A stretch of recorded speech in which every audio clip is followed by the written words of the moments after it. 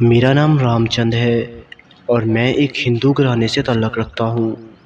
میری عمر 35 سال ہے اور سندھ کے ایک دیہاتی علاقے میں رہتا ہوں۔ کچھ عرصہ پہلے کی بات ہے کہ بے روزگاری سے تنگ آ کر میں نے کوئی ملازمت کرنے کا سوچا، لیکن تعلیم یافتہ نہ ہونے کی وجہ سے مجھے کہیں اچھی ملازمت نہ ملی۔ پھر میرے ایک دوست نے مشورہ دیا کہ ان دیہاتی علاقوں میں دو کاروبار بہت زیادہ چلتے ہیں، ایک پیری مریدی اور دوسرا حکمت والا۔ چاہے آپ کسی بھی مذہب سے تعلق رکھتے ہوں، لیکن ان دونوں کاموں میں پیسہ بہت ہے۔ بات میرے دل کو لگی۔ میں نے ضروری سامان کا تھیلا اٹھایا اور 3 ماہ کے لیے اپنے گاؤں سے غائب ہو گیا اور لمبا سفر کر کے خیر پور پہنچ گیا۔ وہاں میرے سسر کی حکمت کی دکان تھی، جس کا کام عمر اور تجربے کی وجہ سے اچھا خاصا چل رہا تھا۔ میں نے وہاں جا کر اپنا مقصد بیان کیا اور حکمت کا کام سیکھنے کے لیے ان کی شاگردی اختیار کر لی۔ 3 مہینے دن رات ایک ایک کر کے گزارے اور کچھ گزارے لائق کام سیکھ لیا۔ کچھ دعائیں اور جڑی بوٹیاں خرید کر واپس گاؤں پہنچ گیا اور ایک مناسب جگہ پر دکان کھول کر بیٹھ گیا۔ کچھ ہی دنوں میں میرے پاس مریضوں کی شکل میں گاہک آنے شروع ہو گئے اور میری روزی روٹی چلنے لگی۔ میرے پاس کچھ درد، بخار اور طاقتور کرنے والی جڑی بوٹیاں تھیں جن سے میرا کام چل رہا تھا۔ جلد ہی میری شہرت دور دور تک پھیل گئی۔ اس کی بنیادی وجہ یہ تھی کہ یہاں پر سرے سے کوئی ڈاکٹر موجود ہی نہ تھا۔ میں جو کچھ مہینے پہلے تک پیسے کو محتاج تھا، اب ہزاروں میں کھیلنے لگا تھا۔ پھر میں نے اپنے ساتھ ایک شاگرد بھی رکھ لیا جو میری کافی مدد کروا دیتا تھا۔ ایک دن میرے مکتب کے سامنے ایک کار آ کر رکی۔ اس میں سے ایک خوش شکل اور جوان عورت باہر آئی۔ وہ چست پجامے میں ملبوس کھلے بالوں والی فیشن زدہ خاتون تھی۔ مجھے کہنے لگی، حکیم صاحب، میں کافی دور فلاں شہر سے آپ کے پاس آئی ہوں۔ آپ کا نام ہی اتنا مشہور ہے کہ مجھے لگا میرا کام آپ ہی کر سکتے ہیں۔ میں نے دل میں سوچا کہ آج تگڑا شکار ہاتھ آیا ہے، خوب پیسے وصول کروں گا۔ مجھے سوچتا دیکھ کر بولی کہ پیسوں کی پرواہ مت کریں۔ ساتھ ہی پرس میں ہاتھ ڈالا اور 5-5 ہزار کے 10 نوٹ نکال کر میری طرف بڑھا دیے۔ اتنے پیسے دیکھ کر میں پریشان ہو گیا۔ مجھے یقین ہو گیا کہ اگر اتنے پیسے دے رہی ہے تو یقیناً کام بھی کوئی خاص کروانا چاہتی ہے۔ مجھ سے میں نے پوچھا کہ میڈم، مسئلہ تو بتائیں، اگر میرے بس کا ہوا تو میں ہاتھ ڈالوں گا، ورنہ پیش کی معذرت۔ میرے کندھے پر ہاتھ رکھ کر ایک ادا سے کہنے لگی، حکیم صاحب، سنا ہے آپ کے پاس بڑی طاقت والی دوائیاں ہوتی ہیں۔ میرا مسئلہ سائز کا ہے، مطلب میرا سائز چھوٹا ہے اور ہم 2 لڑکیاں ہیں۔ آپ کو پیشگی 50 ہزار دیا ہے، اگر ہمارا کام ہو گیا تو آپ کو 1 لاکھ روپیہ مزید مل جائے گا۔ میں فوراً سمجھ گیا کہ لڑکی 2 نمبر ہے، لیکن مفت کے مزے اور پیسے کسی اچھے نہیں لگتے۔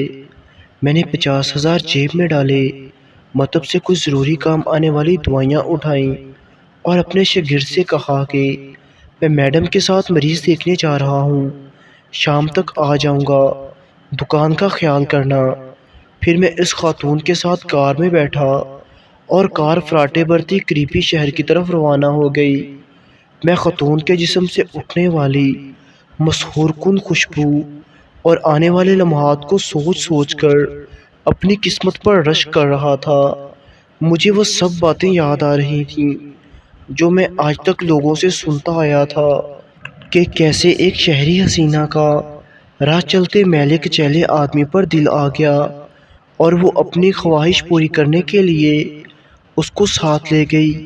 میں تو پھر بھی اعلیٰ پائے کا حکیم ہوں اور میرے پاس طاقت والی دوائیوں کا خزانہ بھی موجود ہے، تو پھر کیسے ہو سکتا ہے کہ کسی حسینہ کو میری ضرورت نہ پڑے؟ میرا سینہ فخر سے چوڑا ہو گیا۔ اس دن کو یاد کرنے لگا جب میں نے کسی کی بات مان کر حکمت کا پیشہ اپنایا۔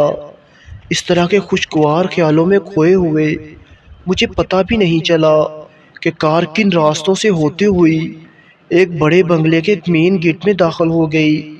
ہمارا استقبال جس لڑکی نے کیا وہ بہت ہی کم عمر اور اس خاتون سے بھی زیادہ حسین تھی جس کے ساتھ میں یہاں آیا تھا۔ میرا دل خوشی کے مارے سینے سے باہر نکل رہا تھا۔ مجھے اسی والے ٹھنڈے ٹھار کمرے میں بٹھا کر وہ دونوں خواتین باہر نکل گئیں۔ میں صوفے پر آرام سے بیٹھ گیا اور اپنا تھیلا کھول کر دعاؤں کا جائزہ لینے لگا۔ تھوڑی ہی دیر میں وہ کم عمر لڑکی شربت اور گلاس لے کر آ گئی اور اپنے ہاتھوں سے مجھے شربت ڈال ڈال کر پلانے لگی۔ دوسری خاتون میرے ساتھ صوفے پر بیٹھ گئی اور بے تکلفی سے میرا ہاتھ پکڑ کر دبانے لگی۔ میں نے سوچا کہ رام چند اب امتحان کا وقت قریب ہے۔ پھر مجھے یاد آیا کہ میں نے وہ دوا تو ابھی تک کھائی نہیں جس سے مجھے بے تحاشا طاقت ملنی تھی۔ جیسے ہی میں نے تھیلے میں ہاتھ ڈال کر دوا باہر نکالی تو خاتون بولی، رہنے دیں حکیم صاحب، اب اس دوا کی ضرورت نہیں۔ میں نے پوچھا کیا مطلب؟ تو کہنے لگی، حکیم صاحب ہمارے شربت میں جو طاقت ہے وہ دنیا کی کسی اور دوا میں نہیں، بس تھوڑا انتظار کریں، اس کے بعد آپ کی دنیا رنگین ہونے والی ہے۔ میں اطمینان سے بیٹھ گیا اور شربت کے اثر ہونے کا انتظار کرنے لگا۔ کوئی 5 منٹ بعد میری آنکھوں کے آگے جالا سا آنے لگا اور پھر دیکھتے ہی دیکھتے میرے ہاتھ پاؤں ڈھیلے پڑ گئے اور میرا جسم بے جان سا ہو گیا۔ میں چاہ کر بھی حرکت نہیں کر سکتا تھا لیکن ہر بات سن سکتا تھا اور بول بھی سکتا تھا۔ پھر کمرے کا منظر بدلنے لگا۔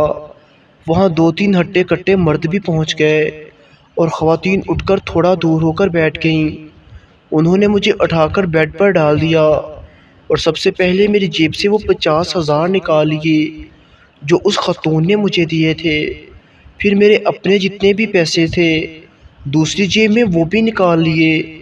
اس کے بعد مجھ سے پوچھنے لگے کہ بتاؤ تمہارے گھر میں کتنے پیسے موجود ہیں اور کہاں کہاں رکھے ہیں۔ میں نے اس شربت کے زیر اثر ہر بات ان کو بتا دی اور اس صندوق کی چابی بھی میں نے ان لوگوں کے حوالے کر دی جس میں سارے پیسے رکھے ہوئے تھے۔ جب انہوں نے مجھ سے کام کی ہر بات اگلوا لی تو وہ خاتون جو مجھے مطب سے لے کر آئی تھی وہاں سے روانہ ہو گئی اور اس کے بعد میں گہری نیند میں چلا گیا۔ جب میری آنکھ کھلی تو میں اپنے گھر میں چارپائی پر پڑا ہوا تھا اور سارے گھر والے میرے آس پاس جمع تھے۔ جب مجھے ٹھیک سے ہوش آئی تو میری بیوی پوچھنے لگی کہ وہ 5 لاکھ روپے کہاں چھوڑ کر آئے ہو جو گھر سے وہ میڈم لے کر گئی تھی۔ میں نے حیران ہو کر پوچھا کہ کون سی میڈم؟ تو میرا شاگرد کہنے لگا، حکیم صاحب وہی میڈم جس کے ساتھ آپ کار میں بیٹھ کر اس کے بنگلے پر گئے تھے۔ اس میڈم کو آپ نے صندوق کی چابی دے کر بھیجا تھا کہ سارے پیسے اس میڈم کے حوالے کر دیں، بینک میں جمع کروانے ہیں۔ یہ بات سن کر میرا ماتھا ٹھنکا اور میرے ذہن میں ایک ایک کر کے ساری باتیں گردش کرنے لگیں۔